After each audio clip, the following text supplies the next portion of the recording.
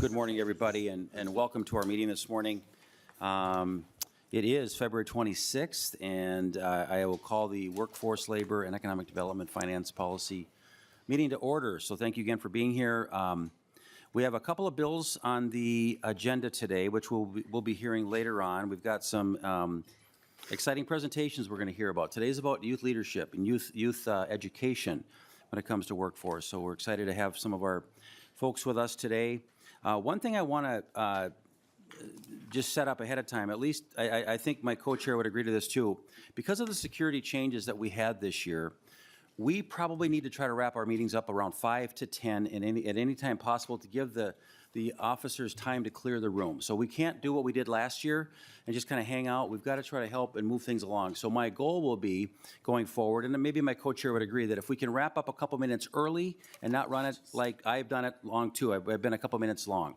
So I just wanted to just say that out there, that we want to do our best to make sure the next committee has the time to prepare and get ready for that. So with that, we should be no problem getting to that today. We don't have, I don't think, a very really packed agenda, so this will be great.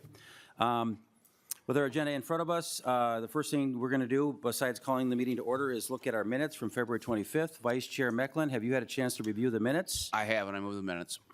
There's a motion to move the minutes from yesterday, February 25th. All those in favor signify by saying aye.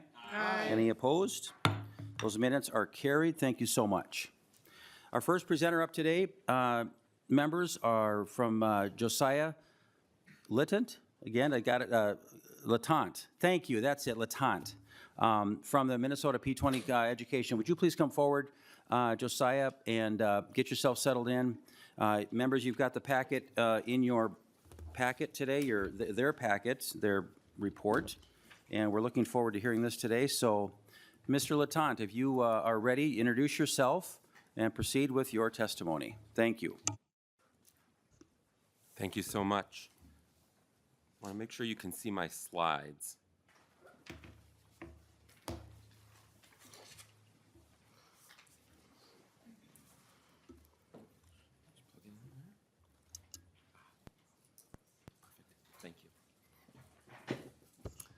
Thank you, Mr. Chair. Members, good morning. It's a pleasure to be here with you today. Josiah Latant, Executive Director of the Minnesota P20 Education Partnership. With your permission, I'll dive into my presentation this morning. Really appreciate the committee's focus today on youth and learners in Minnesota. I'm excited to be here to highlight our annual report, which you should have a copy of, and to share about the work of the Minnesota P20 Education Partnership. We focus on education from birth through higher ed and into workforce development. So particularly excited to be before the House Workforce Committee today to talk about our work. I want to start today by talking about the challenge that you all face here in the legislature. So our workforce and education system is organized legislatively into committees and into education ecosystem by age and into schools, colleges, post-secondary training. But the opportunities and the challenges we face span the learner lifespan, right? They don't exist just in one committee or one organizational structure, even though policy often does. So you're being asked to solve cross-sector problems with your colleagues in other committees with siloed tools. This is one reason why the P20 Education Partnership exists, is that we think about what we call the entirety of the learner lifespan, from the moment someone is born through their experience in K-12, into post-secondary education and training, and into workforce development throughout the rest of their lives. We're trying to work past fragmentation that is creating inefficiencies in our system and inequities. You'll see here at the bottom of my slide our education to employment pathway. And as we think about the engagement of our learners throughout their life in education, we are attempting to focus on solutions that work at the seams of education, putting the whole learner at the center of the work that we do, and looking at policy solutions that address the entirety of their experience. So I want to talk a little bit, before I highlight some of our accomplishments in the past year, about what the P20 partnership brings to policymakers. We're really focused on cross-sector insights. Our partnership includes 28 member organizations, institutions, state agencies. You can see their logos here on the screen, as well as legislators. The P20 has bicameral and bipartisan representation. In fact, Representative Mueller is one of our members. Good to see you today. And so we are an independent body that was created by the legislature to focus on policy solutions for our state and to raise priority issues in education and workforce development and figure out strategies at we call it the capital P policy level that we bring to all of you, but also in terms of local policy practice and innovation that we can drive together with our partners. So our focus at the P20 Partnership is on innovation, change, and advocacy for policies and priorities that will affect outcomes for our learners. Our North Star at the P20 Partnership is increasing social and economic mobility for each and every Minnesotan through education. We were codified in 2009 by the legislature. We were created to issue policy recommendations to the legislature, to the governor's office, and to state agencies to strengthen those outcomes for our learners. You'll see here in our diagram on this slide how we work to surface cross-sector insights through the work of our coalition and our members and the many other stakeholders who are in education and aligned with education throughout the state. So the P20 Partnership is uniquely positioned to strengthen that collaboration and facilitate that collaboration in an ongoing, structured way with support from staff. I began in this role as executive director 3 years ago. So the partnership has existed for 17 years, the first 14 as a coalition, and the last 3 now with myself and a deputy director to ensure continuity, consistency, and forward movement in this work. We think of ourselves as a hub to keep the members connected and raise conversations that are happening across sector. We are a public-private partnership. So we also include Minnesota's public schools and private schools, public colleges and universities, private colleges and universities. The Minnesota Chamber of Commerce, the Minnesota Business Partnership, also our members. So we are uniquely positioned to help prepare our learners ultimately to move effectively from education to employment and to continue to engage with education throughout their lives. So one of the projects we've been working on this past year that we'll be excited to share out a little bit later here in 2026 is that we're beginning to track early indicators and identify the impact of our work with quantitative and qualitative measures. It can be challenging to identify how this coalition work that we're doing is driving change and improving outcomes for our learners. So we will be tracking early and mid-range indicators that specifically signal system alignment and indicate how we are driving change to help learners reach those long-term goals, like access, like attainment, like workforce readiness, as we think about that whole systems approach. So again, we're really good at having lots of data in Minnesota. We want to be focused on what data matters for the P20's work. Again, particularly looking at those transitions, right? So as we think about pre-K to kindergarten, as we think about elementary to middle and high school to college or post-secondary training, et cetera. So we will be raising those several levels of those metrics to show the impact of our work in the coming year. There are other examples of the evidence of our momentum that I'd like to share with you. The annual report goes into much more detail than I will today in this brief presentation. There's a number of bullet points on the screen. I'm going to share 3 with you that I think will be particularly interesting to this committee. Part of why I'm also excited to be here is that the P20 in this moment is lifting up our work, ensuring that we're looking across the whole spectrum. And to be perfectly frank, early childhood and workforce are 2 areas that we have not focused on as strongly historically. It is critical to us that if we are going to do this P20 work, P20 standing for early childhood, pre-K, through graduate school and or workforce development, that we need to be focused on the entirety of the spectrum. So a few examples I'd like to highlight. Under emerging policy work. So one thing you might be thinking is, well, this is all really interesting, Josiah. I don't recall the P20 Partnership bringing us a recommendation for policy. And that's true. In the last several years, as the partnership has been sort of rebuilding, we've been working towards what is our process for bringing legislative recommendations forward. So we have several areas of emerging policy work that will result in legislative recommendations in 2027. I want to highlight the first bullet here. We are focusing on our educator workforce across early childhood and K-12 and with our higher ed partners. We know we need to strengthen the recruitment and retention of teachers and professionals and administrators across our system.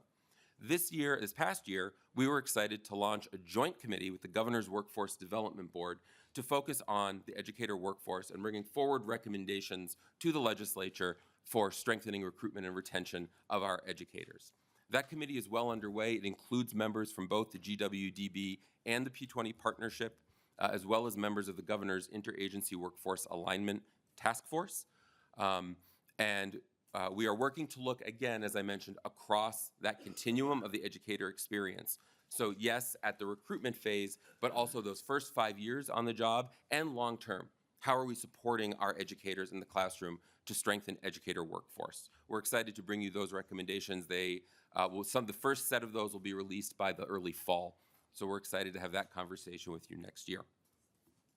Statewide alignment is another area that we're looking at. Where can the P20 help add capacity or amplify promising practices and bring partners to the table, given our unique role in this space? Right now, one of the areas I want to highlight for this committee we're focused on is career-connected learning.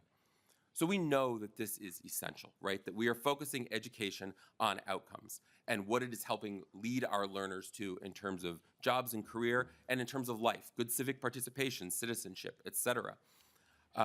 Before I was in this role, I had the privilege of being a vice president of strategic initiatives at one of our state's great community and technical colleges, Minnesota State College Southeast in Red Wing and Winona. In that work, I worked closely with our local businesses and industry, and we know how valuable those relationships are, that partnership between higher education and our business and industry partners. But we also know that that work with our students needs to begin well before post-secondary, right? It begins, frankly, in early childhood and in K-12. And so one of the pieces the P20 has been looking at, along with some of our partners from the Greater Twin Cities United Way's Career Academies, as well as our partners at the Education Policy Coalition, is what does career-connected learning look like? I know you'll be hearing several other presentations on this very topic today.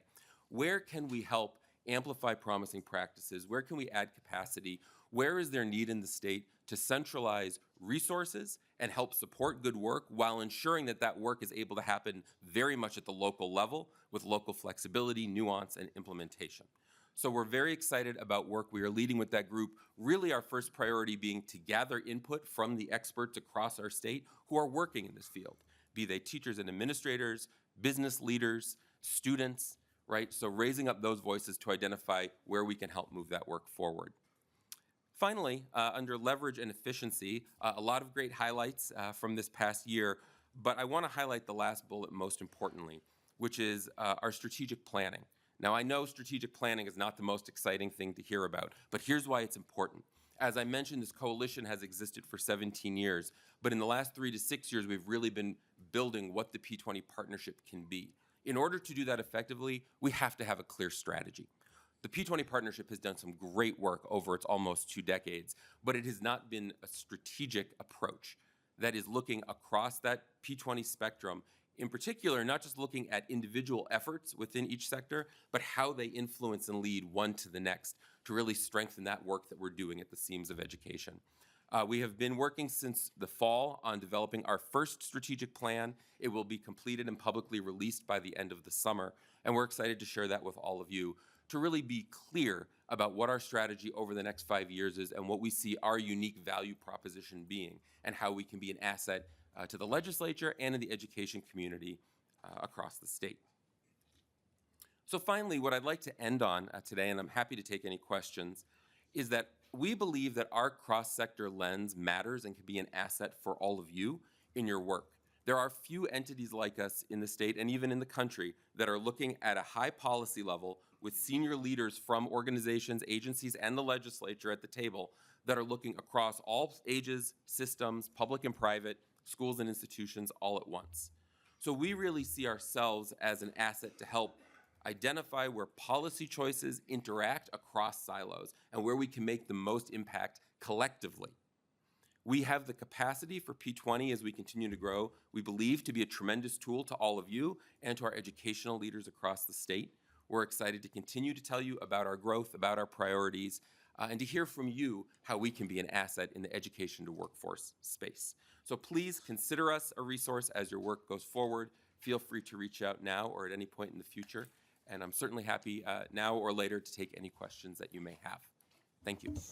Thank you very much, Mr. Latante. I really appreciate that. And again, welcome to our committee. I've been on this committee for many years, and this P20 is new to me, so I think it's delayed, of course, that you should have been here earlier, and I'm glad you are. I think this is important. I think what I have just only a comment on early, and I'll look it up for other member questions, but what we see here is a lot of employers, employees looking for work that really don't know what the next step is. I think that I've been seeing personally, our high schools have not been preparing our students for the workforce like I thought they would be. It could be some very basic things like the resumes. It's the soft skills on doing interviews.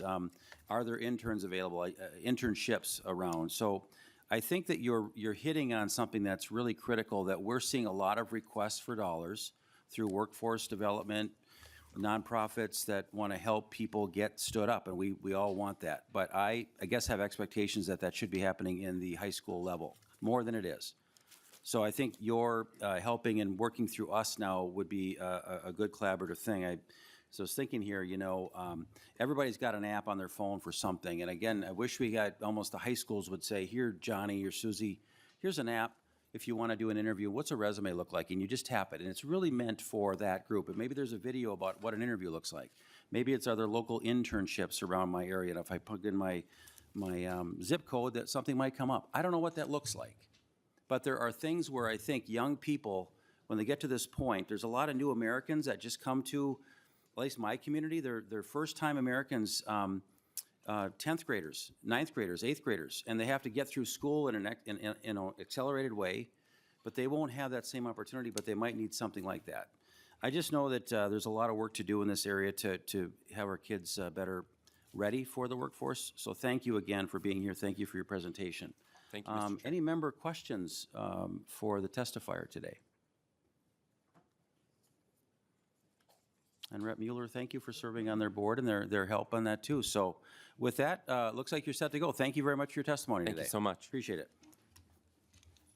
All right. Next up on our agenda, folks, is Discover Your Future presentations. I'd like to call forward all three testifiers today that are going to be speaking to this. That would be Ms. Johnson, Ms. Noel, and Ms. Engels. If you guys could all come forward and get settled in. Not sure who's going to sort of run point, but I think Ms. Johnson's going to start it out, I think, right? Or whatever. Okay. Go ahead and introduce yourself when you're ready. We'll let you get your PowerPoint up and running. Again, welcome to the committee, and proceed when you're ready.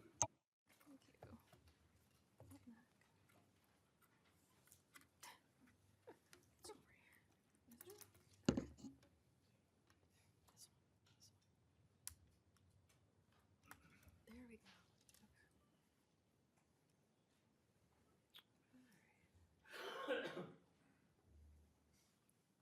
We good. Apologies for the delay. Chair Baker, Chair Pinto, members of the committee, thank you so much for allowing us to present Discover Your Future today. My name is Christine Noel. I am Director of Government Affairs for ECMC Group, and I'm just going to take a minute to give you an overview of who ECMC Group is. We are a nonprofit corporation based in Minneapolis. We were originally created by the U.S. Department of Education in a public-private partnership to help the department manage their federal financial aid portfolio. Right now, in the state of Minnesota and across the nation, we provide students and families and organizations with free resources.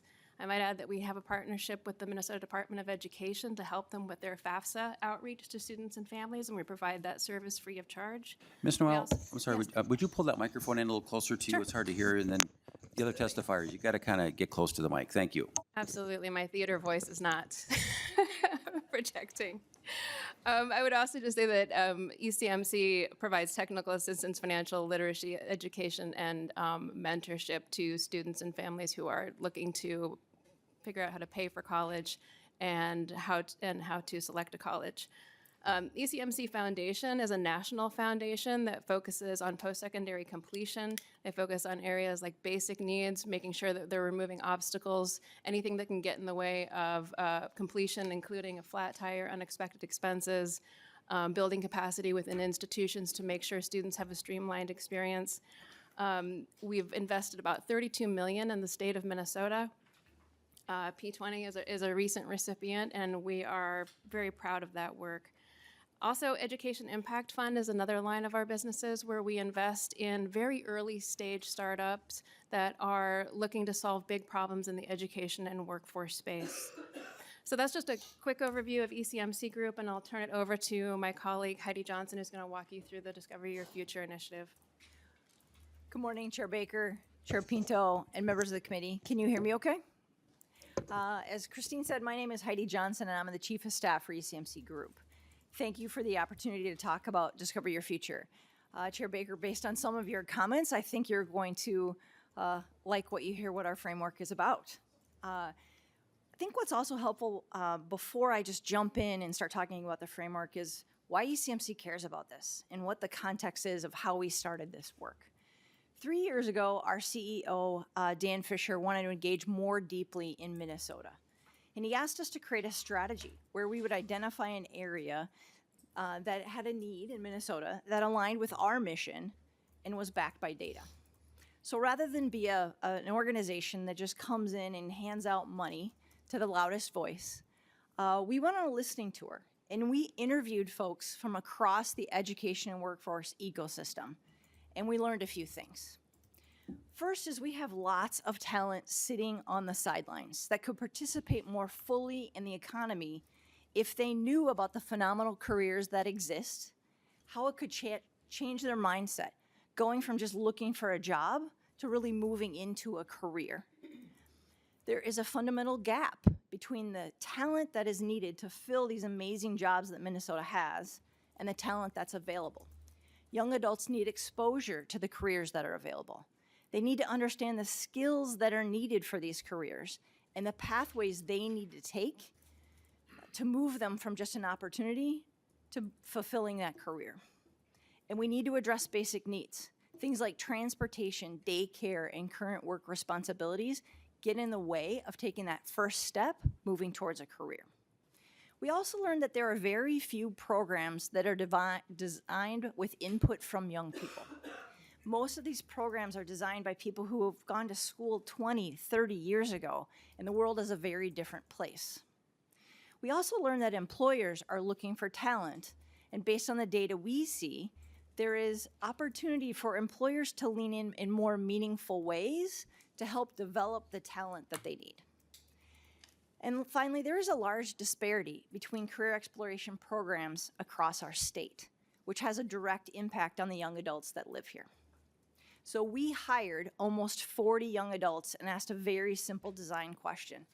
What's working about the education and workforce ecosystem?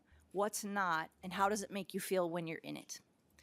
We also were fortunate enough that we had over 40 professional advisors volunteer across business, through education, and nonprofits who wanted to help and take the young adults' ideas and turn them into programs that can be actionable. Go to the next slide.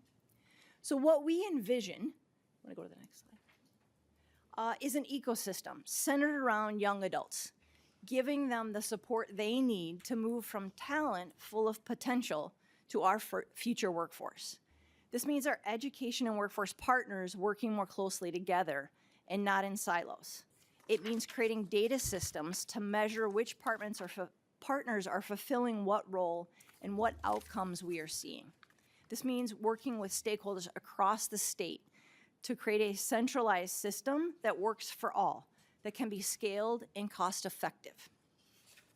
So over this years-long journey, we co-created two concepts, and these were designed and developed by young adults.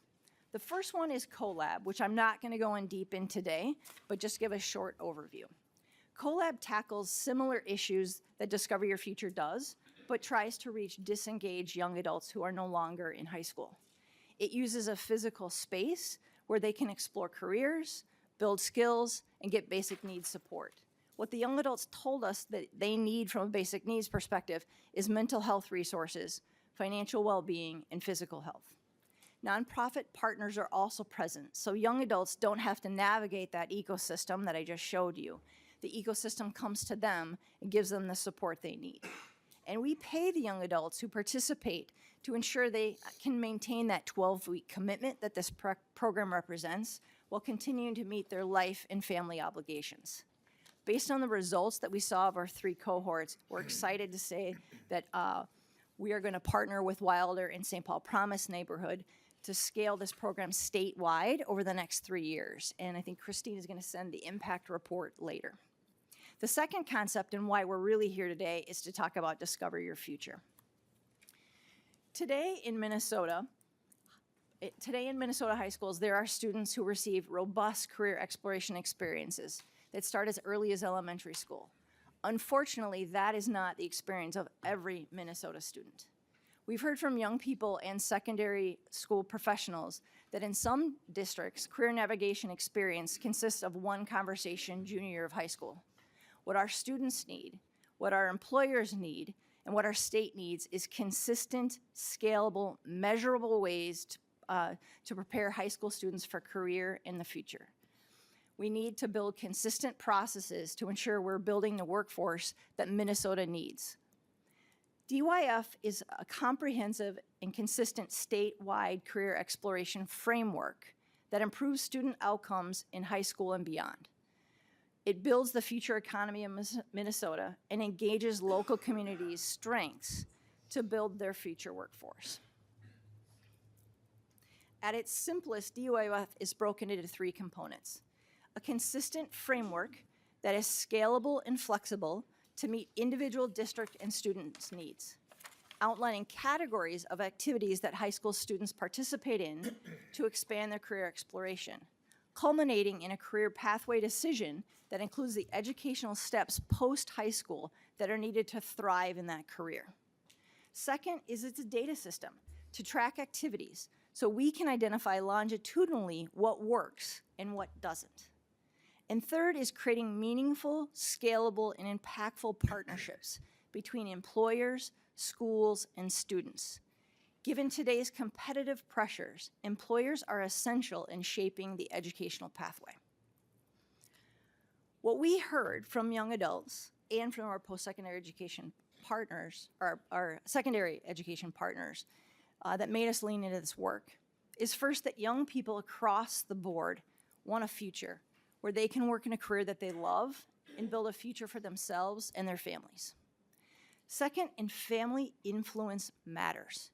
We heard stories from young people where they've had productive discussions with guidance counselors about a career, let's say, in engineering. And then they go home and they talk about it with their family. And they've heard things like, you can't be an engineer. I don't even know what an engineer does. There aren't any engineers in our community. And worse yet, people like us don't have jobs like that. The family needs to be part of the career exploration conversation so that they understand the potential opportunities ahead for their kids.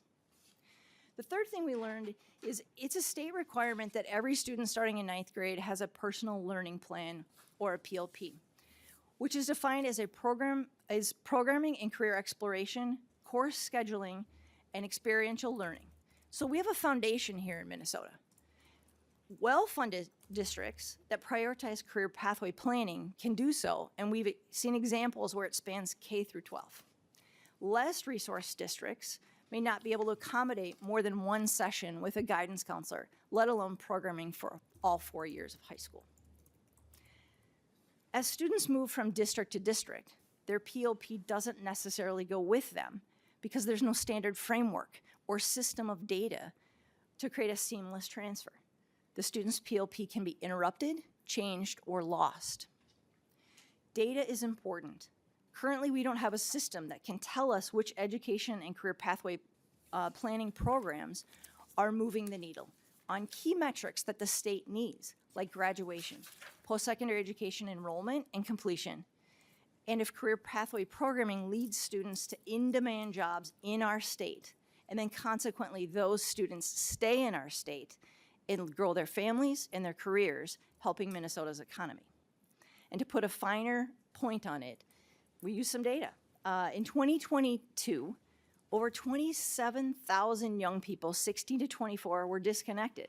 They weren't in school and they weren't working. And that's in the Twin Cities alone. That's our future workforce sitting on the sidelines and looking at data statewide. That costs Minnesota taxpayers $350 million a year. And a lot of that is because they didn't have that career planning pathway in high school. So after we received input from young adults and professional advisory committee, we asked Harris Poll to develop a statewide and a national survey to gain more statistically significant sample of what young adults and employers felt about these issues. A few of the key stats is that only about 4 in 10 employers say that young adults are prepared for entry-level jobs. Only 71% of employers say that reliability stands out as the biggest soft skill gap and the most urgent need to fix. 93% of employers agree that basic work-based learning helps organizations identify long-term talent. 93% of employers agree that involving students in real workplaces is key to empowering the workforce. However, many employers face key barriers, which include lack of student awareness of the program, limited staff capacity to support these programs, and coordination with schools and the cost of providing this. 94% of students say that career readiness programs are important for high school students to have a direction before they start to incur debt in post-secondary education. And finally, 92% of employers said that they need to do a better job helping high school students understand career options before they enter post-secondary education and the workforce. As part of our research, we also identified several states with compelling pathway programs leading to robust outcomes for students. Those states include Colorado, Georgia, Texas, Alabama, and Washington. And we incorporated some of their best practices into the DYF framework. Learning from those states, they're focused on a few different things. They have clear partnerships between employers, school districts, and families. This is a comprehensive, repeatable approach that can be replicated across districts and across employers. They have hands-on experiences so that students can try before they buy a career. This means not wasting time and money on a career that isn't a great fit. They have clear input on curricula from employers so that students leave educational institutions job ready. They have intermediaries and non-school counselors that provide career exploration opportunities and have their school counselors focused on critical things like mental health and basic needs support. They have data systems to track activities and experiences that tie back to specific workforce and economic outcomes that they are driving towards. They have consistent CTE and dual enrollment and apprenticeships. And finally, they have consistent statewide models that are scaled. So now that I've told you the research that went into this Discover Your Future framework, I'm going to dive into the weeds a bit and show you what the framework is. You see that, can you go to that slide? You see that on this framework, there are phases, not activities based on what grade the student is in. We designed this framework this way because life is not linear and career exploration should be flexible enough to accommodate that. Young people deserve the opportunity to explore pathways and then change their mind and explore other pathways. The goal of this work is to create high-quality, employer-connected career experiences.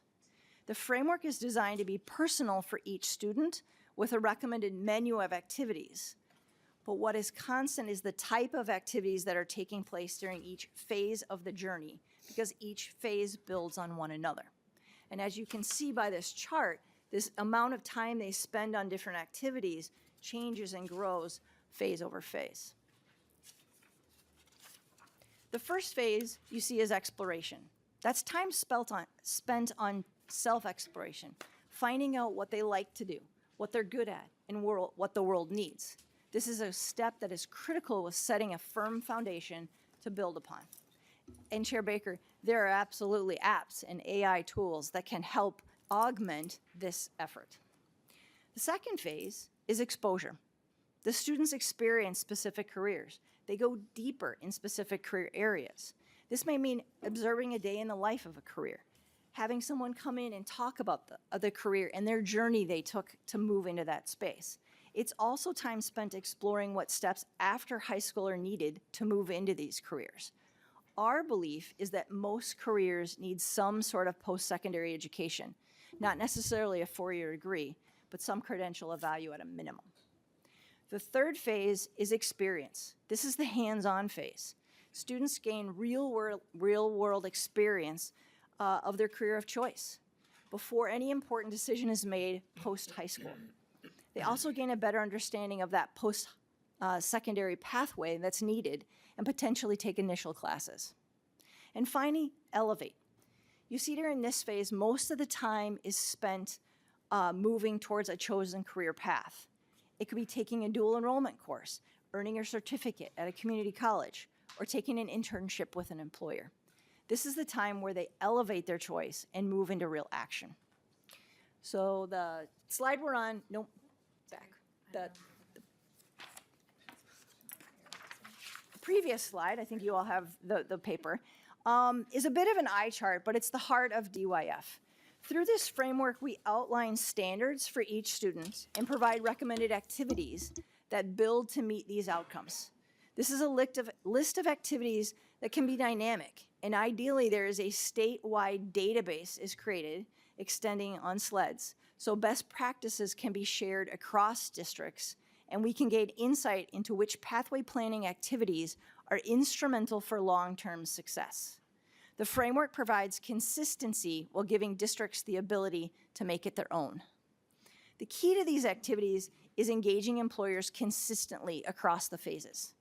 Employers have told us that they can engage more fully with high schools if they can create one solution, the approach that works across districts. It can be scheduled consistently and planned rather than customizing engagement district by district, and worst case, even teacher by teacher. So what does success look like? Students and their support systems consistently experience a wealth of resources. You can go to the next slide. A wealth of resources the state has to offer through local and regional partners. And consistency is the word that I'm going to stress there. Second is schools get access to necessary resources to implement the PLPs in a way that maximizes flexibility while ensuring every student has access to meaningful pathway planning. And finally, employers gain connections to their communities and build the workforce of the future. These outcomes have clear and meaningful return on investment. Research shows that students who focus at least a sixth of their high school credits on career pathway experience 8% higher wages 7 years after graduation. Students who participate in career pathways are 14% more likely to work in the region where they attended high school. It's estimated that there is a $9.4 billion economic contribution from students who graduate from Minnesota public colleges and universities who live and work in the state after high school. Students who participate in career education during high school have a graduation rate of 95%, which is 12% over the current state average. And finally, research shows that for every dollar spent on career planning and youth training in Minnesota, there is a $12.70 return. We feel like that's a pretty good return on investment. By removing barriers and strengthening coordination among education, workforce, and post-secondary education systems, we can grow our economy one young adult at a time. Now, you may be thinking, this sounds great on paper, but how does it actually work? And we thought the same thing. So we wanted to partner, we looked for a partner who could help us pilot the DYF framework. Members of the Minneapolis Public Schools and Achieve Twin Cities were already on our advisory committee and provided input into the design of DYF, and they were a natural partner. So I'm going to turn it over to Kendra, who will now provide an overview of our DYF pilot. Thank you. Good morning, Chair Baker, Chair Pinto, and other members of the committee. Can you hear me okay as well? Trying to lean in. A little bit up would be good, yeah, A little thanks. bit up. Okay. My name is Kendra Engels. I'm the Vice President of Program for Achieve Twin Cities. We provide career and college readiness programming across Minneapolis and St. Paul public schools. Thank you for your time today to be able to talk about our work with Discover Your Future. So we at Achieve believe that all young people deserve full and equitable access to post-secondary education and career opportunities. And we know that in order for that to happen, young people need regular, ongoing, and personalized career exploration and future planning support throughout their time in high school. We also know that partnerships like ours are critical to ensuring that school districts have the capacity they need to be able to implement this kind of programming. Achieve Twin Cities offers comprehensive career and college readiness services through physical centers that are embedded in over 24 schools across the Twin Cities, and which serve as the hub of future readiness activities for their schools. We also collaborate with the City of Minneapolis to deliver the Step Up Pro internship program during the summer each year. So our approach centers on 3 interconnected strategies. First, we offer comprehensive post-secondary planning support. Through our school-based centers, we provide support for a wide array of post-secondary plans. With expert personal advising, we help students align their interests and skills with potential career paths, then explore their options, and ultimately select and pursue a future path that aligns with their goals. We also coordinate a wide variety of career exploration events and experiences, from career panels and job shadows to paid internships, which allow young people to explore future pathways and gain real-world skills that will help them get there. And finally, Achieve recruits a robust network of employers and volunteers from the local community and prepares them to provide high-quality career experiences for youth. We aim to build an engaged local employer community who are active and invested in nurturing the next generation of talent in the Twin Cities. Through these 3 strategies, we provide seamless support for young people throughout their time in high school, from the early career exploration to the hands-on experiences to the post-secondary planning and ultimately the transition out of high school. So because Achieve is a universal service provider across the Twin Cities, our impact is far-reaching. We work with over 15,000 students each year, and 8,500 directly participate in our events and programming. Across the Twin Cities, 93% of seniors are engaging with Achieve programming. With our support, student confidence in future planning rises 21 percentage points from the beginning of senior year to the end of senior year. 93% of our seniors graduate with a documented plan for their future. Lower income students and students of color who work with Achieve enroll in college at 50% higher rates than their peers who do not. FAFSA completion reaches 60% in Minneapolis and St. Paul, which compares to around 47% statewide. And since 2021, we've seen the number of students selecting high-quality non-college pathways nearly double, and that's due to intentional focus and work to ensure that students are aware of and able to access opportunities like apprenticeships and certifications and other high-quality work experiences. So as you've heard, our work aligns very well with the Discover Your Future framework. And as our district partners are also continuing to work to align their future readiness programming through career and technical education, counseling services, and work-based learning, we decided this year to pilot more collaborative efforts alongside our district partners to align better with the Discover Your Future framework. Together, we are seeking to align and integrate our career exploration experience efforts across the district. We're aiming to build systems and infrastructure that allow Achieve to be able to centrally support district employer engagement and the needs that they have for our colleagues in work-based learning and CTE. And we're working to create higher quality and more consistent career experiences that can be expected by all students across their time in high school. Discover Your Future, through partnership with Achieve, helps to bring coherence and capacity to these efforts by ensuring that there's a through line from 9th to 12th grade, and by bringing the capacity and networks needed to be able to scale employer engagement across the district. So this work is still underway, but early learnings demonstrate some clear opportunities for the future. First, earlier and more consistent career exposure is critical, especially in 9th and 10th grade, so that students can be making informed choices about what they do later in high school and beyond. Second, there's a real need for stronger employer engagement. We need employers who are willing to create and support real work opportunities for young people, including internships and work-based learning, and particularly in high-demand fields. We also see opportunity for better integration of district career offerings with those provided by outside organizations like Achieve, both to ensure that students are experiencing seamless support throughout their time in high school and that the adults who are supporting them understand the different opportunities that they're accessing. And finally, there's a need for increased resources and accountability that would support districts who are pulled in so many directions every day to prioritize and sustain robust career and college readiness efforts across the district.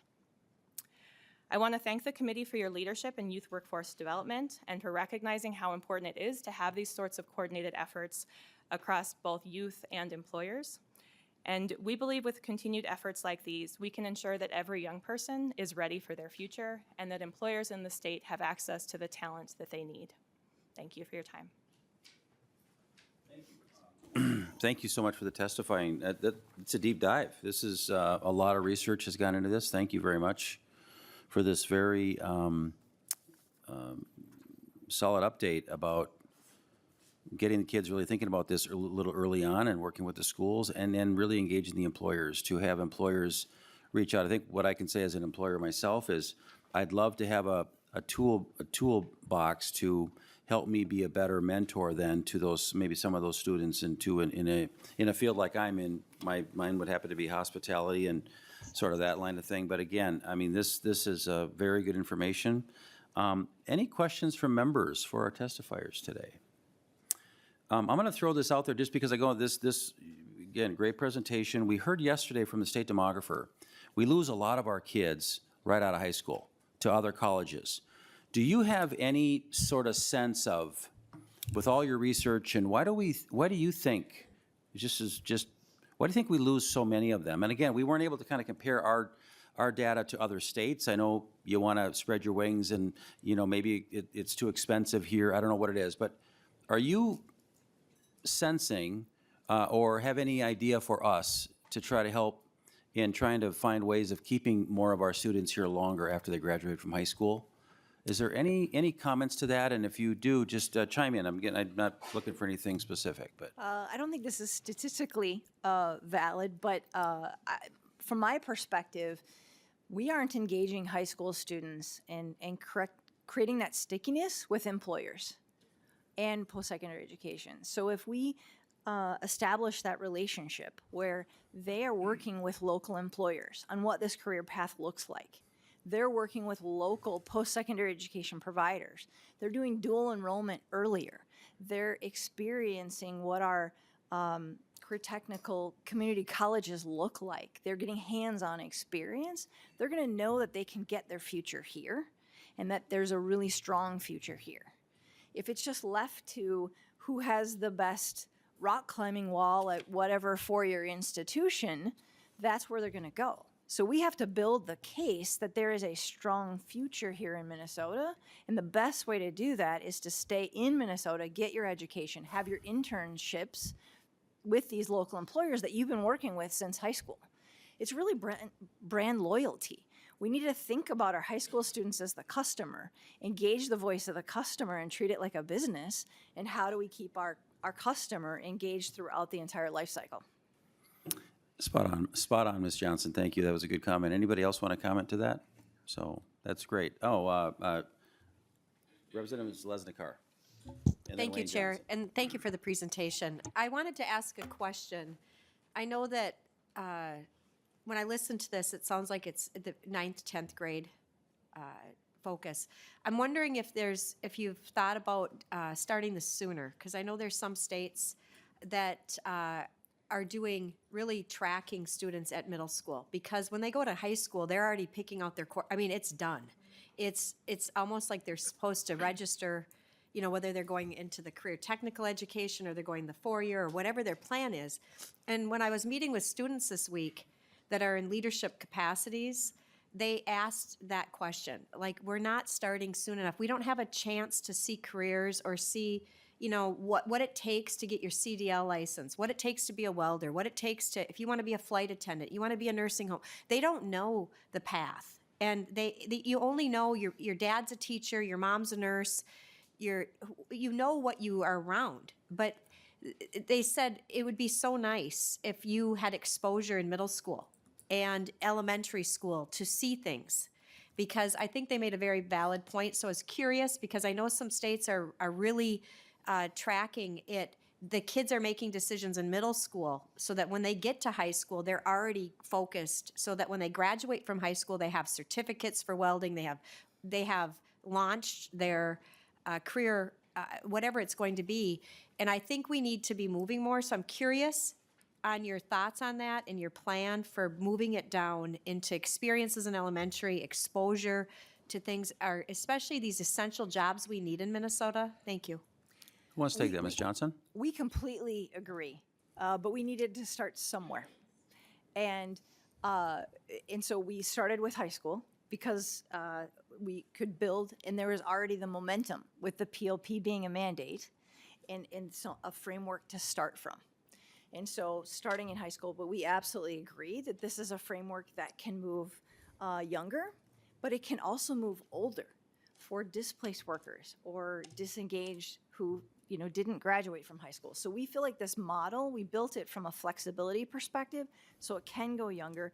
The activities might be different, and it can go older. We also partner with an organization called Brightbound, which used to be American Student Association out of Boston, similarly situated organization like us, and they are primarily focused on middle school. And so, again, what we're trying to do is build a network of an ecosystem so that one organization doesn't feel like they have to do it all. Really, the key that we're learning is we need to get out of our silos and work together to try to address this issue, but completely agree. And there are some districts here in Minnesota that are starting in kindergarten as well. But there are definitely states that are well ahead of us. Texas is a great example of where they've really tapped in, but that was based on state legislature. Yeah. Thank you. Representative Wayne Johnson. Thank you, Chair Baker. Thank you for the presentation. One of the things that Representative Johnson, just pull that mic in a little bit, please. Thanks. usually I can speak, everybody can hear me. Hearing about this and kind of experiencing it as an employer, kind of seeing fewer and fewer youth actually applying for jobs. It seems like a lot of it goes back to the advent and the success of social media and influencers. The example I just brought, just looked up in 2023, ZEA survey said 61% of U.S. internet users aged 18 to 29 said they would quit their jobs to become full-time social media influencers if they could. Now, the thing is where I bring it in is from age 14, they're getting how fun it would be to be an influencer, to do videos, to do all this stuff and the success and get advertisers and all that stuff. How do you compete with that when they're seeing they could have a career in just having fun as opposed to actually studying and doing these jobs or at a desk and all that stuff? And I'm just curious how many people it pulls out from even trying to do this, why they try to do that. And that's kind of where I think a lot of your struggle is how do you compete with fun? Ms. Johnson, you want to take that? I think we need to make work fun, right? We actually, ECMC Group had a campaign called Question the Quo, and we hired influencers to highlight jobs and the impact that those jobs had on the individual, how much fun they had with that job, and the impact they're having on their community. What we heard from young people is they do want to better their community. They want to have better lives, but they want to do something they enjoy. So we need to introduce to them and that connection of what they like to do, what's fun for them, and how that connects to a job. We also need to give some statistics, and that's part of this exploration of the hard facts of starting your own business, of being an influencer, right? I think every kid or every parent who has a little kid in sports dreams of them being a professional sports player, but that isn't the reality. And so we give some of our kids those stats of how many kids get a college scholarship, how many kids are in the professionals, right? And that they have to have a backup plan or they have to have a primary plan. We need to do the same thing throughout this journey, this career exploration journey. We need to make working fun, right? We need to give them that exposure, that they meet an individual that looks like them, that has had a similar background, that is in a career they love. and that they talk about their journey and they talk about the impact they've had on their community by moving into this career. Thank Chair you. Baker, Representative Johnson, if I could speak to that as well.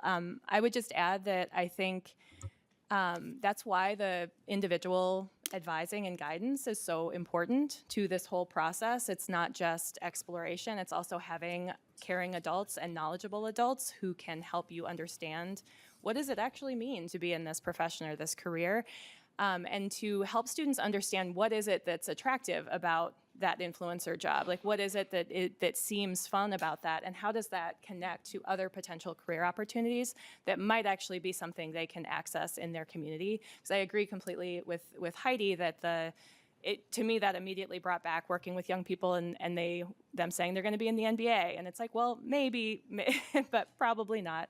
And so how do you help those young people understand, not to dim the interests that they have or take away the aspiration, but help them understand what are some ways you can plug into the aspects of that career that you're interested in through gaining real skills, through going through all of your courses in high school and getting things like internships where you can be the social media person at one of the companies that you might have an internship with. So I think there's ways to plug into those interests with more tangible and more probable career paths for them. Thank you. All right. I see no other member questions. I want to thank the testifiers for coming in today. Oh, Representative Hussain, go ahead. Thank you for bringing, this is really beautiful that you put together, wonderful presentations. Growing up and being in America, it was a challenge for me to learn English because my mom doesn't speak the language, and I wish this kind of program. So many immigrant and new Americans do not know this kind of program. So how do you reaching out? Because I have a lot of contact and I have a lot of Latinos and overpopulated in my district. Are you reaching out to, how do you advertising and they know this programs exist? Because a lot of them are not going to college or after they graduated. If my counselor was not that it was not helpful to me and research what I wanted to be in the future, I wouldn't be very successful. I won't be to go to college or like how are you guys reaching out to for those new Americans and people that are really underserved community that can benefit this wonderful programs? Who wants to take that? Ms. Engels? Yeah, I can take that. Thank you, Chair Baker and Representative Hussain. I think, well, for our program, and obviously we're operating in a specific, in Minneapolis and St. Paul, I think what's really powerful about the Discover Your Future framework and which aligns with our model is that it's a comprehensive approach. It's not a program, it's a comprehensive approach to how schools would offer these services and work with young people around exploring their careers. So in our case, students don't have to know about Achieve. They don't have to sign up for anything. They don't have to be part of a cohort or anything like that. This is just part of what's offered through their school day. And our team is working right alongside the counselors, the CTE teachers, the work-based learning teachers to make sure that all students are aware of the different courses or different experiences they can access, to make sure that they're getting that one-on-one guidance throughout their time in high school, to make sure that these experiences are aligning with that personalized learning plan that every single student is working through as they're going through high school. So I think that kind of holistic approach is really helpful for making sure that no students are unaware or getting left behind. I think just Thank you. to add on to that, Ms. Johnson? I Yep. just want to be clear that this is a framework that we are piloting. This is a framework we are recommending become a statewide standard across all of our schools. This isn't in existence necessarily yet at every high school in Minnesota. The CoLab program I spoke about, I'm happy to connect with you about, because that is a program that your constituents could absolutely apply for and be a part of. The idea here is to get it embedded into the school system. You're starting with Minneapolis, St. Paul. So anything final, otherwise we need to move along. Thank you, Representative. All right, thank you, members, very much for that. Thank you for the testimony. Folks, we are going to have our Department of Labor come up now, please, if Ms. Larson could come up. And then we've got 2 bills after that. So we're going to kind of move things along a little bit here. As I mentioned earlier, I want to be done with our work today at 5 to 10. We're going to give each bill around 20 minutes total, if we could. Discussion, I think some will be a little less than that, but when Ms. Larson and Josiah is all set to go, you guys can dive in.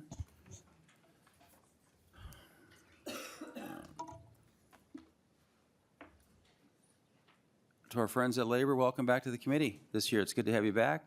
Please proceed when you're ready. Thank you. Good morning. Are you able to hear me? Okay. Good morning, Mr. Chair and members of the committee. My name is Erin Larson, and I'm the Director of the Apprenticeship Division at the Department of Labor and Industry.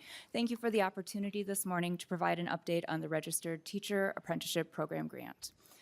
Registered apprenticeship programs are most commonly found, as you know, in construction, but programs have been expanding to other sectors over the years: manufacturing, hospitality, healthcare, but most recently as pathways to teaching in the state, as a model that pairs apprentices, most commonly paraprofessionals working in their schools, with journey worker teachers in an employment-based training model that includes both on-the-job training and related classroom instruction. Nationally, registered teacher apprenticeship programs were first recognized, you can go to the next slide, by the U.S. Department of Labor in 2022, with the first program registered in Tennessee. Currently, over 40 states and territories administer registered teacher apprenticeship programs with more than 5,000 apprentices participating. Efforts related to teacher apprenticeship began in Minnesota in 2023. At that time, DLI invested federal dollars to bring together school districts, unions, post-secondary partners, and state agencies to finalize a state standard for apprenticeship that met PELSB's licensure requirements for teachers. 3 registered teacher apprenticeship programs were registered in 2024, including Brightworks Service Cooperative, North Branch Area Schools, and Minneapolis Public Schools. And during the 2024 legislative session, the legislature also directed $1 million for special education apprenticeships, specifically for the 4 intermediate districts in the state who were participating in the Brightworks program. It became clear through the development and approval of these first 3 programs that a significant amount of time and coordination between stakeholders were needed to develop more programs and ensure program quality. Multiple school districts expressed an interest in teacher apprenticeship, but they lacked the resources to successfully register and maintain a program on their own. During the 2025 legislative session, Governor Walz proposed to grow teacher apprenticeships statewide using a joint apprenticeship training committee model, or a JATC, that has proven to be successful in construction apprenticeship programs for decades. This approach ensures collaboration between school districts and local unions and is both less costly and easier to administer than having each individual school district register their own apprenticeship program. While initially proposed as one state program, we were pleased to work with Representative Mueller and Representative Frazier to design a competitive grant program that would allow multiple entities to compete statewide, or individual district teacher apprenticeship programs to be registered. DLI administered the Registered Teacher Apprenticeship Program grant this past fall. The primary intent of the funding was to support the development of statewide teacher apprenticeship programs. Eligible expenses for programs included the cost of program personnel, partnering with post-secondary institutions to design related instruction, securing the startup equipment and software to manage the program, and subawards to districts specifically for tuition and for stipends to journey worker teachers. The RFP for the grant opened in early September and closed at the end of that same month. Applicants could apply for up to $3 million each. DLI received 3 grant applications during the month, totaling approximately $6.8 million in funding, and grant awards were announced in January. 3 awards were made to Minneapolis Public Schools, Teacher Apprenticeship Minnesota JATC, and the Minnesota Teacher JATC, so slight twist on the words. DLI is currently finalizing contracts with each grantee, and grantees will have until the end of 2027 to spend their funding. So with that, I'm going to give just some quick, short highlights of each of those programs. Currently, Teacher Apprenticeship Minnesota, which is an extension of Education Minnesota, has 15 apprentices across 2 school districts in the metro area. Those programs focus on elementary education. Minneapolis Public Schools currently has 31 apprentices who are earning teaching licenses in special education and elementary education. And then finally, the Minnesota Teacher JATC, which would be formerly the BrightWorks program that was first registered in the state, has 67 apprentices focused on special education across 13 districts. And I'll have you go to the next slide. If you look at the school districts, you can see they span the state. And this also includes the 4 intermediate districts that both in 2024 and in 2025 were appropriated additional funding. So as a condition of this grantee's contract, they won't be allowed to provide further state dollars in the form of subawards to those particular 4 districts. DLI is excited about the progress these programs have already made in expanding teacher pathways and ensuring a more diverse teacher workforce, and we look forward to providing this committee an annual legislative report beginning in 2028. I appreciate the opportunity to testify today, and I'm available for any questions. Thank you. Thank you very much, Director Larson. I appreciate your work on this. I know that there's a number of members working hard on this, and I know this has been a real important item for Representative Mueller, and I'm looking forward to hearing more from her today, too. And just again, this is, we need this, and this is a really good starting point. One of the photos in here has one of my students in Wilmer, too, and I'm going to make sure I show Abby that when I see her when I get home. So, member questions for the Department of Labor and the apprenticeship program? Seeing none, let's keep it moving forward with that, and appreciate your presentation today. Thank you so much. It's good. All right, next up on the item, we have Representative Mueller to share with us House File 3650. If you could move to the testifying table. Again, we're going to try to keep it to about 20 minutes max per bill total, maybe a little bit more for Representative Mueller's because she has 4 testifiers. If Mr. Fanning wants to move also up to the table, and maybe Sarah Paul. We've got 1 online testifier as well. So I just want to make sure that we're sort of in place and moving things along here fairly efficiently. So with that, Representative Mueller, you are going to move your 3650 and go ahead and proceed. And I think we have a little amendment.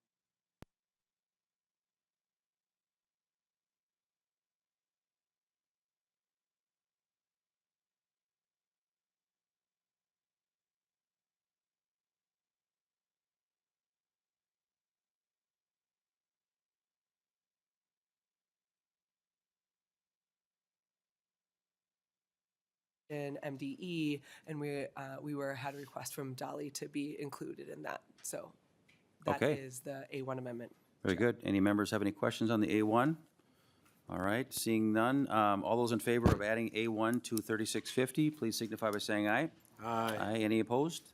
3650 as amended is now in front of us. Members, go ahead and explain your bill. Thank you, Mr. Chair, and thank you, members, for indulging me in this cold that apparently will never end and will never go away. So this is my new voice. I'm like Phoebe Buffay from Friends. So thank you. Thank you for those of you who got that. All right. I'm really excited, Mr. Chair and members, to have in front of you House File 3650. And one of the reasons why I am is because this is something, as a teacher of almost 20 years, that has been so near and dear to my heart, to be able to look at education, to be able to see how we can get our students outside of the 4 walls of the classroom and be able to get them real-life, relatable, rigorous experiences that will give them pathways forward and something that's very personal, very relatable, and something that will be for their future. I wanted to start just a little bit about talking about how Colorado has already done this, and that they have actually created something called the Reimagining Futures of post-secondary talent system in Colorado, and that the Colorado initiative aims to close the gap by rethinking how education and workforce systems interact rather than treating them as separate domains with occasional intersections. This envisions it to integrate talent development systems. And we've heard a lot about that today, and I'm really excited about it. Mr. Chair, you did talk a little bit about soft skills, and those are actually more commonly known as durable skills now. And durable skills are something that we are able to really embed as we have workforce experiences. There is a study that was done by America Succeeds, and they talk about how these type of skill building work-based experiences that they are able to really embed durable skills, as they have seen that a great percentage of our workforce actually asks them to have at least 4 of durable skills that are hard to measure. And so it's been really good to be able to see that. I have a lot of exciting things to be able to talk about. This bill intentionally asks these 4 agencies to collaborate together and to look at how we can remove barriers to create a statewide framework for student career pathways. This is a completely opt-in program for our schools. It's not an extra mandate, but it does ask these 4 agencies to work together, remove barriers, show how we can have an integrated system that will really move our students into a pathway system that allows them to have really relatable and rigorous experiences. This is just one piece of the puzzle. Senator Mueller and I have has a bill that looked at high school redesign, because honestly, sometimes a barrier is simply high school schedule in itself. And so looking at how we can do that. So this is just one piece of the puzzle, and it's the first stop for this bill. So, Mr. Chair, rather than me drone on, I have some really amazing testifiers here that talk about the work that they're already doing and how this bill might be able to expand the work that they would like to do in the future. Thank you, Great. Mr. Chair. Thank you, Representative, for that. And again, to the testifiers, if we can try to keep it around that 2-3 minute mark, we'll try to do our best to try to get out on time. Mr. Fanning, we've got you up first, if that's all right. Go ahead and introduce yourself. Or no, it doesn't matter who's up. Right? If you're there, it doesn't matter. So Here, Mr. Fanning. Come on. we're all good. Thank you. But go ahead and introduce yourself and proceed. Good morning, and thank you, Representative Mueller. Thank you, co-chairs. Thank you, committee members. I am John Fanning, Director of Education Partnerships Coalition of Minnesota, or EPC, speaking in support of House File 3650. EPC is a bipartisan coalition of 9 cradle-to-career partnerships across Minnesota. Our collective impact model engages more than 600 local partner organizations supporting more than 300,000 young Minnesotans and their families. EPC communities are in greater Minnesota as well as in metro and urban parts of our state. Our work is relentlessly bipartisan in communities both predominantly red and blue. To complement the testimony of my terrific peers over there earlier this morning, I want to talk about an important adjacent topic: significant international and national private investment for workforce and education initiatives that does not come to Minnesota. I'm talking about the Gates Foundation currently investing a whopping $53 million nationwide in the education to workforce space, with California just getting $9 million, far beyond their proportional share, but no investment here.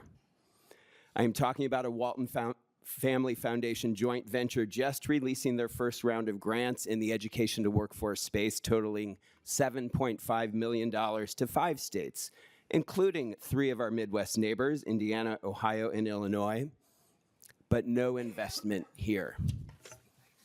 I am talking about Kentucky just winning a 5th Toyota plant with a $225 million price tag in a rural part of their state. Toyota has active plants in 9 states, none here. The Lieutenant Governor of Kentucky reports that they win these contracts because secondary is connected to post-secondary, is connected to career in a way that these plants can come into less populated parts of their state and know that the jobs that they are bringing will be filled by the local and regional population. It is not that great work is not happening in Minnesota. It is, and you heard a lot about it this morning from P20, from ECMC, from Achieve Twin Cities. We also have the Greater Twin Cities United Way with their statewide Career Academies program. They're all doing incredible work in parts of Minnesota, both big and small, urban and rural, in red and blue. And we should be very proud of this work because this is really heavy lifting to connect high school students with great post-secondary opportunities that lead to high-quality, high-wage careers. And they are doing this heavy lifting without enabling legislation like House Bill 3050 3650 to provide structure, to create opportunities, and to remove barriers. Legislation like this matters when national foundations and international corporations look for states in which to invest, and they are consistently passing us by. Because we all want Minnesota to be the best state in this nation in which to raise children, because we all want our state to be equitable and prosperous for all, we simply cannot leave this private investment on the table. Please support House Bill 3650. Thank you. Thank you very much, Mr. Fanning. I appreciate your testimony. If we have questions, we're going to save them to the end, members, as well. Superintendent Paul, if you would be willing to go on next, then?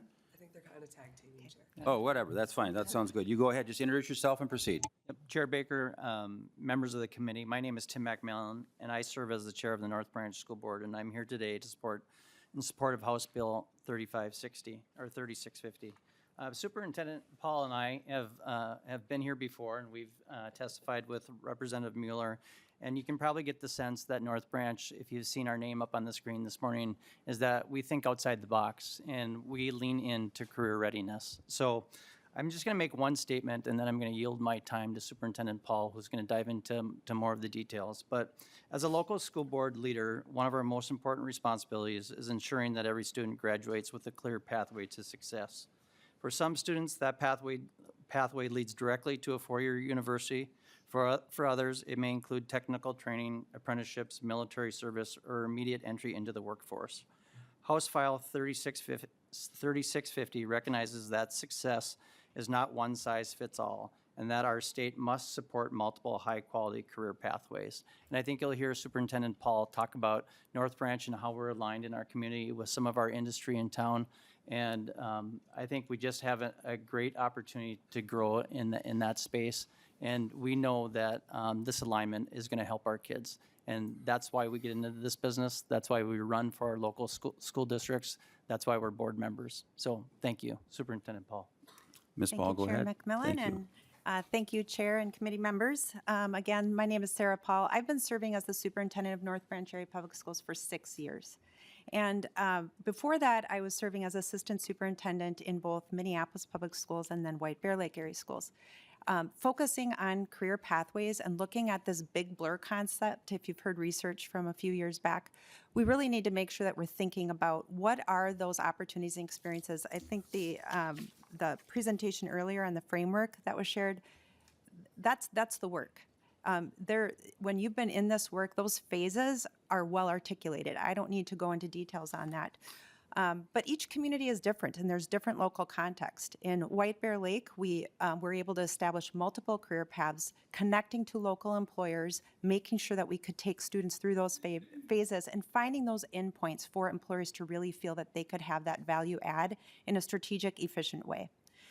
Coming to North Branch, we have the state's largest shovel-ready industrial park in Minnesota, 250 acres. It has sat dormant for over 20 years. So when you're coming into a community and there's a reason why we have this great opportunity for industry and it's not happening. So within the first 2 years, I became part of the North Branch Economic Development Authority, and I'm currently the chair of that committee. Because it is so important to my work as a superintendent, and it's important for our community as a whole, that we figure this out. Just yesterday, I was presenting at DEED, and the Future Forward Fund. We have, right now we're on the cusp of having a $157 million investment from Louisiana Pacific that's coming to North Branch. It's going to take up approximately half of our industrial park. And they're coming because we are creating the win-win opportunities. They're going to bring 100 jobs, and if you look at what DEED represents as pay that is important for livable wage jobs, $23 in rural areas, $28 metro areas. Louisiana Pacific is looking at $32 an hour for manufacturing jobs that integrate different aspects of the manufacturing sector as well as supply chain logistics. These are huge opportunities for us. And it's evidence that there are pockets of alignment happening. And it's a huge opportunity for us in Minnesota. We are not just competing against each other in our different cities. We are competing against other national and international opportunities that incentivize and have clarity of what these connections look like for that employer to be incentivized to come here, and for K-12 to have those opportunities to create those connections that are so important to help students find their purpose in their education, graduating, but not only graduating, but graduating with a plan. In speaking to this opportunity, I fully support this framework, and I want to give one example of where you see the power of alignment happening. You heard earlier Aaron Larson speaking from the Department of Labor and Industry. We talked about that opportunity of registered teacher apprenticeships. Registered teacher apprenticeships is a model that has to be implemented with fidelity if you are going to get the outcomes that you're seeking. We needed that coordination to happen. With your support, we were able to, instead of working in separate silos, because local context matters, we need to protect the school board and local control on making informed decisions about what kind of jobs that we need in terms of our education priorities. Yet we created the conditions for us to partner together because we cannot do it by ourselves. So the Department of Labor and Industry is leading this work. They have clarity of that lead role in this work. Then you have the Minnesota Department of Education coming alongside in a support role. They're at the table. You have Pellsby that is working in coordination with school districts and higher education around what are the high need areas that we need to be strategic about making sure that these registered teacher apprenticeships are offering. And then I'm serving as the co-chair of the Minnesota Teachers Joint Apprenticeship Training Committee. Go, go, go, because we're partnering. There's 13 of us districts and half labor, half district leadership. We're doing the hard work of coming together and making sure that we have coordinated uniqueness and that we're bringing efficiency to a model that's being implemented with fidelity. Alignment, alignment, alignment. We need it. And I love the testimony earlier that when you see this happening through a framework, you're going to see Minnesota popping up as a leading candidate to attract these high-wage jobs that are going to help more people have the opportunity that I have in North Branch right now. I get to live and work in my community. I get to be connected with a lot of the things that make a community real. Over half of our residents commute over 30 minutes to get to their work. And we can do better, and it's going to come through alignment. It's going to come through working together. You heard presentations. We have all the pieces here. We just got to bring them together. So thank you for your time. Oh, Superintendent Paul, I just want to say thank you for also stepping outside of sometimes your traditional role of getting super engaged in the community on economic development. That is my aha moment today. So thank you for doing that and your incredible engagement. Again, we want to keep this thing moving along a little bit. If we could have Mr. Hendrickson come forward, the teacher from Shakopee. And then we're going to also have Matt Schmidt online here right after that. And again, we want to keep this to about 2 minutes if we could, testifiers. And then we'll have to have a quick wrap up as well from Representative Mueller as well when we're done. So we're moving along. So welcome to the committee. Mr. Hendrickson, please proceed with your testimony. Just for you. He's setting his timer for you. All right. Can everybody hear me okay? Okay, good morning. Chairs Baker and Pinto, members of the Workforce, Labor, and Economic Development Finance Committee. TJ Hendrickson, I've had the privilege of teaching at Shakopee schools for the last 34 years. I teach engineering, manufacturing, fabrication, apprenticeships, work-based learning. Basically, if it's related to career orientation, I teach it. I'm honored to represent the school district and the community that I get to serve. We designed in Shakopee, the academies of Shakopee, to ensure that every student graduates with a plan and the skills that they need to survive in an evolving workforce. By connecting academic learning with real-world applications, students gain relevant, hands-on experiences that build technical knowledge along with essential workplace skills such as communication, collaboration, and problem solving. Shakopee High School offers 6 different career-focused academies that support career exploration and skill development. Through these pathways, students participate in hands-on, career-connected learning experiences that help them explore interests, refine goals, and make informed decisions about their futures. The example I have is I had a group of students in 6th grade, came in, sat down, they were really frustrated one day. They had a friend who was deaf. They were getting frustrated because he would leave his notebook behind. How does he leave a note? So they couldn't communicate.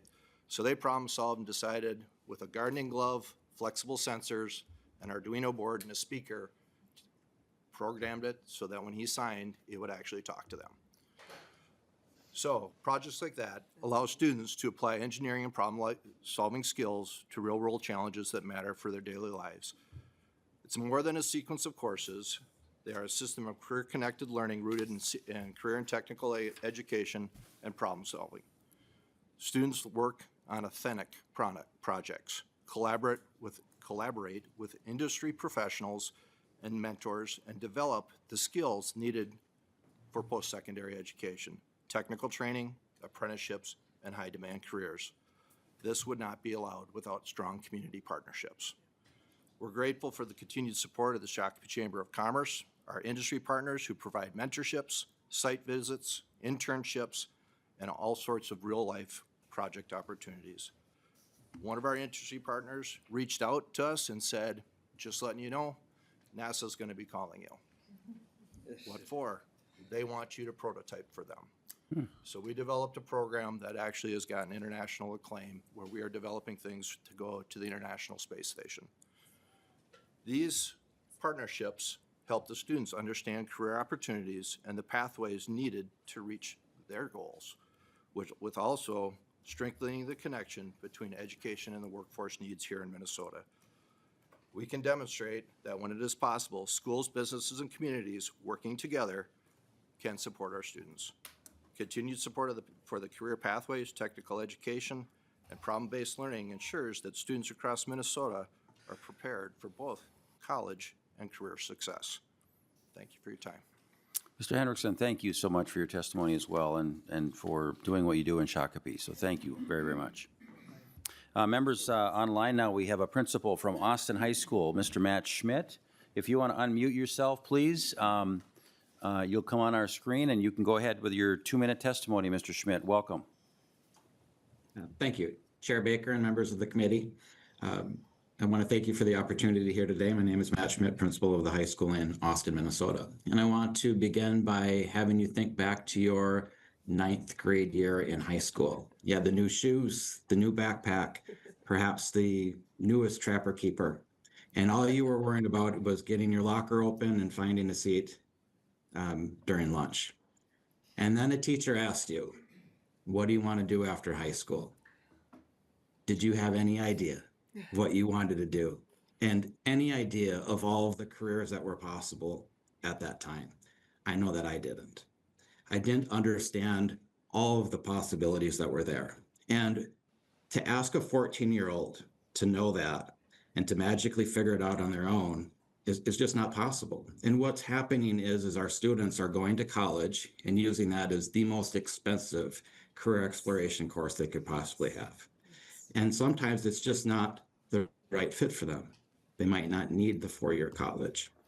And so what we are doing is we're focusing on, one, the transition between 8th and 9th grade as one of the most critical times for students. We know that if a student's off track for graduation after 9th grade, they're about 4 times less likely to graduate on time. And what we've built is a required year-long freshman seminar course.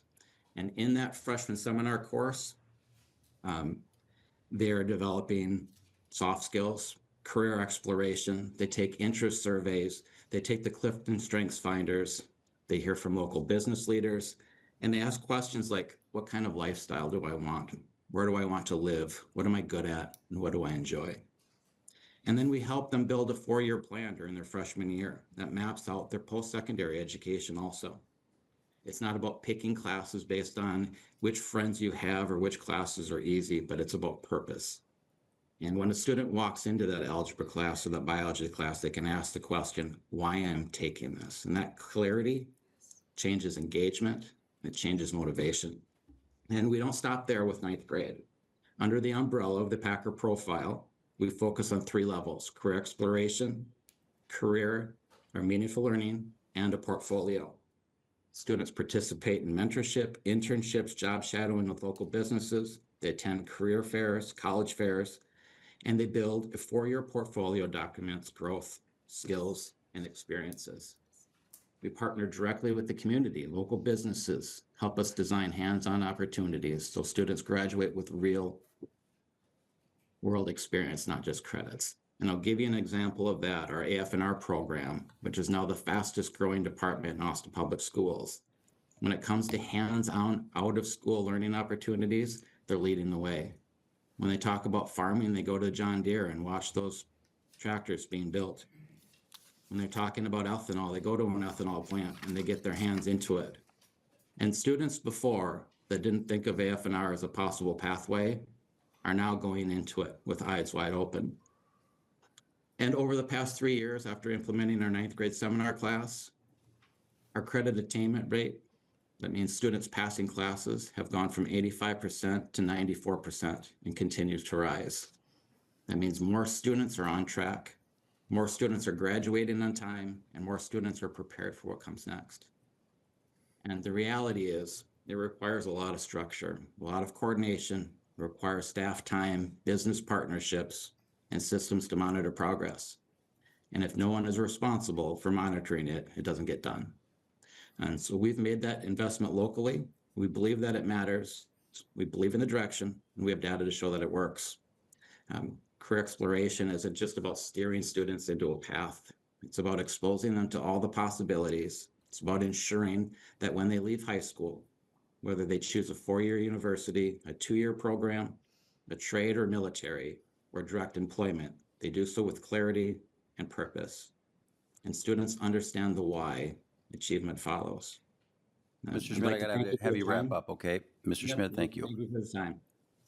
I'm open to any questions at the end. Thank you very, very much for your testimony. Appreciate that very much. That concludes our testimony. Again, to member questions, if there are any, we are short on time. And the plan, Mr. Chair, is also to move it on to education finance. So the chairs there would like to kind of just see this bill as well. So the hope is that we can pass it out of committee to our education finance. So any member questions? Chair Pinto. Mr. Chair, I actually have several. One thing just to note first is so grateful to the testifiers and to the bill author, because your passion for helping young people be on a good path is just comes through so clearly. And we all know that when that happens, then the rest of us benefit as well. So grateful to you. I do have some questions about this particular proposal, and maybe just one process question. So a fiscal note has been requested, Mr. Chair? I believe, yes, it has. There has been a fiscal note, sorry, Mr. Chair. Yep. There's been a fiscal note requested, has not been completed yet. I did want to say, though, that at this time, there's been conversations going on. There's partnerships with P20, with the conversation happening there. And ECMC has also talked about possibly looking at some grant dollars that they'd be able to use instead of using any general dollars at all. Okay. Mr. Chair. Thank you, Chair. Thank you, Representative Mueller. Because I certainly would expect the bill would come back for us to be able to assess from a financial perspective, and I want to keep things moving. I guess one thing I'm unclear a little bit, though, about is, given that we have P20, given other work, I'm just unclear about what this would add. I mean, it's definitely a major need to help young people have these connections. The bill, as I read it, ultimately is directing commissioners to sort of work together on this issue. I think, and maybe I'll ask this, have you worked with, because this is so dependent on these now 4 commissioners and 4 agencies, have you worked with the agencies at all in developing this, and how would this be different than what is already in existence? Representative Mueller. Thank you, Chair Baker. And I did not admittedly sit and talk with each and every commissioner with this. I will say that none of them came to testify against it, and so that's a kudos. But the thing that I will say is that we heard from multiple testifiers today that what is needed to move us out of siloed experiences is to have that systems approach. And the only way to do that is to actually ask each of the parts to talk together and to remove the barriers. As we've said, it doesn't have to be as complicated as creating anything that is this massive thing. It could be as simple as what Representative Hussein is talking about in creating a central data space. Maybe it's as simple as looking at, or as complicated as looking at high school, schedules. It's what are the barriers and how can we remove those barriers to actually make it so that Shakopee isn't a one-off, that North Branch isn't a one-off, that we have the accessibility for each of our schools. Almost every single state that has been highlighted has had this step happen, where they actually are asking these agencies to work together to remove the barriers to make it to be a statewide framework. Chair Pinto? Thank you, Mr. Chair. That makes some sense. I guess I would certainly encourage, we'll certainly encourage the agencies to reach out to you, as you say, and certainly encourage you as well, since so much of it seems to be dependent on sort of on them all working together. There's the, back to the finances for a second, there's the references on page 3 to commissioners using existing resources for at least one of the pieces. That always concerns me a bit, given that, we sort of give them a budget to do a certain thing, and if we ask them to do more stuff with the same amount of money, then that means they're not doing something else in theory. So a bit of concern there. I guess as long as, it makes sense to me this bill would continue to move forward, have other committees be looking at it. It would be important to me that it come back to us from the financial perspective. It may well be that we have outside grants covering all of it, and then if they're just going to fund these commissioners working together in these ways, that generally seems, it seems great to me. But I guess so I'm not inclined to sort of get in the way of it at this point, but I would want to make sure that we do have a sort of final chance to review before we be moving forward. Thank you, Mr. Chair. Very Chair, Mr. Chair. Representative Mueller, sounds reasonable to me. If we get it moving in today, we can make sure we check on it as it goes further. So any further member questions? Seeing none, final comments on the bill quickly. Yeah, thank you so much, Chair and members. I'm excited to be able to continue to work on this, and I'm excited to see the collaboration happening. I just want you to understand that this is more than CTE. This is more than just being able to see more siloed work. We want to be able to see a seamless way for each of us to be able to have our kiddos have as much time as possible in rigorous and relatable experiences. And I've talked to several of my DFL colleagues, and if you are at all interested in this, I'm still looking for a DFL out there. And I know Representative Hussein is super excited about it, and so would love to join. Also, I've talked to Representative Frazier. So thank you so much. And at that point, Mr. Chair, I would again renew my motion to refer this to Education Finance. As amended. As amended. As amended. Thank you very much. All those in favor signify by saying aye. Aye. Any opposed? House File 3650 as amended is on its way to Education Finance, and thank you very much for your time today. Representative Bakeberg is up next, and if the Department of Labor person could come up as well and join, if there's some conversation as well there, that would be great. Again, we've got about 6 minutes at the top of the hour, so we're going to try to keep it moving very quickly. Thank you for your patience. Representative Bakeberg, to your bill. Go ahead. Thank you, Mr. Chair, members. And thank you for the opportunity to provide an update on House File 2238. Just a reminder, the goal of this bill is to allow youth skills school districts to partner with construction companies to have 16 and 17-year-olds work in their corporate office. Corporate office is the key word. We had extensive conversations about this bill last year, and we agreed, Representative Tabke and I agreed that we would work on this in the interim, and happy to report that happened. And really, honestly, these two deserve the credit. So just out of the sake of time, I would turn it over to the Department of Labor and Shakopee Schools to talk about how they came to an agreement without us, honestly, having to pass a law to be able to make this happen. So I will turn it over to testifiers. Better yet, that's great. Who would like to start? Yes, go ahead. Please introduce yourself and continue.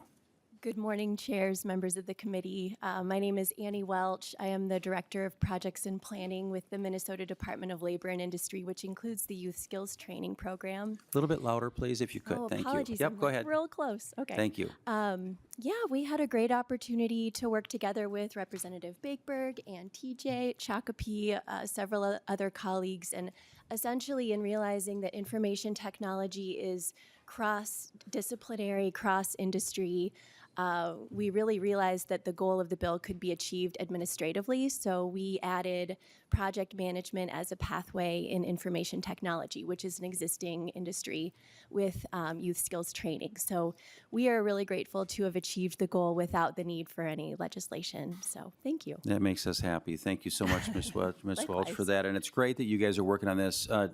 Welcome back, Mr. TJ. Go ahead and with your testimony. Yeah, I appreciate it. So thank you again for round two. Just real briefly, youth skills training gives students the opportunity to safely explore careers while still in high school through structured, supervised, real-world experiences. It's built on different foundations of career and technical education, work-based learning, but it most importantly helps them develop those technical skills. You referred to them as soft skills. I call them professional skills. And gives them a clear expectation of what is needed to be in the workplace. When I talk to my advisory board, the number one thing is determination, grit. I believe the kids call it ghosting, so making sure that they can't just not show up. So we're trying to change a mindset, a mind growth. One of the greatest benefits that we have seen out of this is the students' understanding of safety. In our program, one of the requirements of the program in YST is the students must complete an industry certification. We choose to do OSHA 10. My students, over 9 weeks, gather 44 industry certifications. So those industry certifications tie into multiple different businesses, multiple different industry partners. And then those, because they're so strongly based in safety and the parameters that are set up through the Department of Labor, that the students are able to demonstrate repeatedly that they're safe in the workplace, which, shall we say, alleviates a lot of tension. So I can give you examples on that. The biggest plus side that people don't see unless they're literally with the students is the amount of engagement. Students are showing up. I just talked to a new industry partner yesterday. We signed him on Monday, and their first words are, do all your kids do resumes like this? Are they always standing like this? Do they always dress for success? It's that kind of thing. I hate to say it's old school, but it's that kind of mentality of walking in, standing up front, standing on their 2 feet and saying, I want to be here. So while they're doing that, they're also gain the ability to be paid. That changes a student's mindset rather quickly. So we've had students get jobs that have started at $18 an hour, running up to $25 an hour. We have one program that is incentivized, meaning the longer the student stays with the company, they can be promoted within the company and get paid more. Shocking to students. To us, this is the way the world works. So I can give you other examples of that, but our biggest partnerships with industry leaders for us, Danny's Construction, Greystone Construction, Highmark Builders, they're getting the opportunity to design and build what they perceive the future through project management. Thank you for your time. Mr. Hendrickson, thank you so much. It's exciting seeing teachers like you get out there and really set these things up. And I also just want to say thank you to the Department of Labor for really working collaboratively with Representative Bakeberg on this. I know he has been very much a champion of this. And again, we are planning to just hold this bill over, members, for a bill we can admire at the end, but I think it's kind of in place right now. So closing comments, Representative Bakeberg, and great work on this. Yeah, I would echo thank you to Commissioner Blissenbach, to the Department of Labor, to Ms. Welch, and Representative Tabke as well for the partnership in this work. I think it's important that we do that. The Shakopee Chamber and Mr. Hendrickson named the industry partners that are so important, and really this whole hearing today was about industry partners and the importance of that. And really what we did was find a solution that is going to work for all kids across Minnesota to help kids be engaged in their own education. But I'd like to thank these two specifically. They really rolled up their sleeves and really had the mindset of how do we work together to get to a yes, and how do we figure out and solve problems for our community. And honestly, that's a model that we could all follow, not only here at the legislature, but just across the board. And I think in closing, Mr. Hendrickson is the example of the amazing teachers that we have across our state serving our kids. The passion and the drive just comes out. And I would encourage you, if you have the opportunity, to visit Shakopee and see the amazing work they're doing at the academies. Assistant Superintendent is over in the crowd as well, so kudos to him and his team as well. Thank you. Congratulations, everybody. Thank you so much again. We will hold this bill over, and again, likely not need to do it at this point. Chair Pinto, would you like to give us a preview again about Tuesday's hearing? Mr. Chair, I wish I could, but I'm still figuring it out. Still working on it. but I very much appreciate you offering the, providing the opportunity, Mr. Chair. I always want to do that, Mr. Chair. Thank you. Members, we are finished with our work today. That'll adjourn our meeting today. Thank you very much.